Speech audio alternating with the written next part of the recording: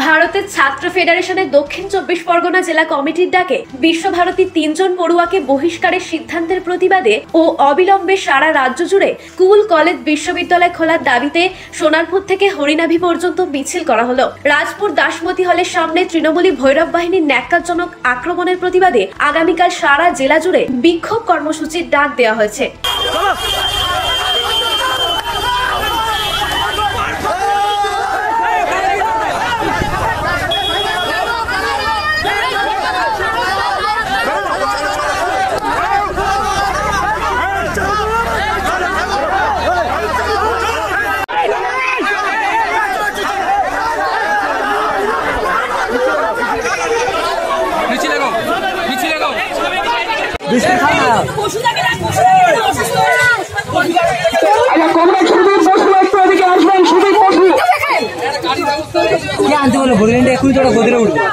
সভাপতি অন্যান্য কমদের আপনারা জানেন যে আমাদের এইখানে ছোট সভা করে জানাবো।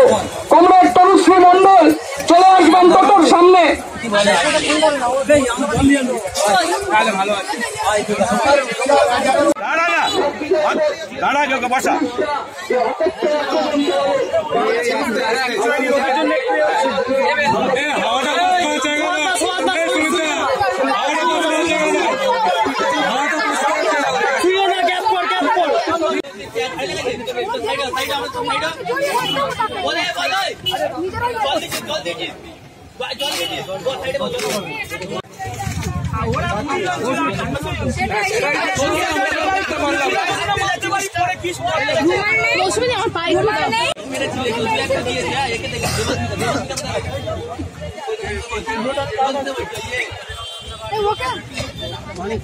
বিশ্বভারতীতে 3 জন ছাত্রের অন্যায্যভাবে যে বহিষ্কার করা হয়েছে তার বিরুদ্ধে এসএফআই জেলা দক্ষিণ 24 পরগনা জেলা কমিটির ডাকে মিছিল সোনারপুর স্টেশন থেকে সেই মিছিল শুরু হয়।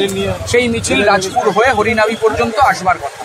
রাজপুরের কাছে বিনা প্ররোচনায় মিছিলের পেছন থেকে তৃণমূলের দাগী দুষ্কৃতীরা আক্রমণ করে এবং আমাদের ছাত্রী কমরেডরা আহত হয়েছে।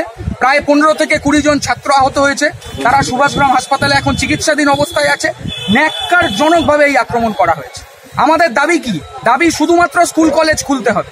এরা স্কুল কলেজ খুলছে না হচ্ছে সব অনলাইন অ্যাপগুলোর ব্যবসা বাড়ানোর জন্য। যে আম্বানিদের অ্যাপ আছে, বিড়লাদের অ্যাপ আছে, বড় বড় মালিকদের অ্যাপ আছে, সেই অ্যাপগুলোর যাতে ব্যবসা চালু থাকে তাই সেন্ট্রাল গভর্নমেন্ট আর স্টেট গভর্নমেন্ট স্কুল কলেজ খুলছে না। আমাদের পড়াশোনাকে বিক্রি করে দিচ্ছে বড় লোকদের কাছে, আমাদের শিক্ষা ব্যবস্থাকে বড় লোকদের কাছে বিক্রি করে দিচ্ছে। এর বিরুদ্ধে মিছিল, সেই মিছিলে অতর্কিতে তৃণমূল আক্রমণ চালাচ্ছে, অতর্কিতে চালাচ্ছে। এই আম্বানির মেয়ের বিয়েতে মমতা বন্দ্যোপাধ্যায় নিমন্ত্রিত ছিলেন, সেখানে গিয়ে 12 লক্ষ টাকা লিটারের জল খেয়েছেন। এখন সেই জলের প্রতিদান হয়তো এটা দিলেন।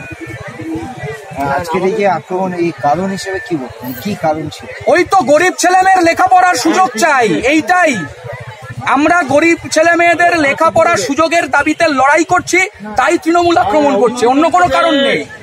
বিশ্বভারতীতে তো আরএসএস এর মদতপুষ্ট ভিসি, বিজেপির মদতপুষ্ট ভিসি, সে 3 জন ছাত্রকে বহিষ্কার করেছে। তার বিরুদ্ধে আমাদের আন্দোলন, সেই আন্দোলনে আক্রমণ করছে তৃণমূল। কেন? তো বোঝা যাচ্ছে বোঝাপড়া।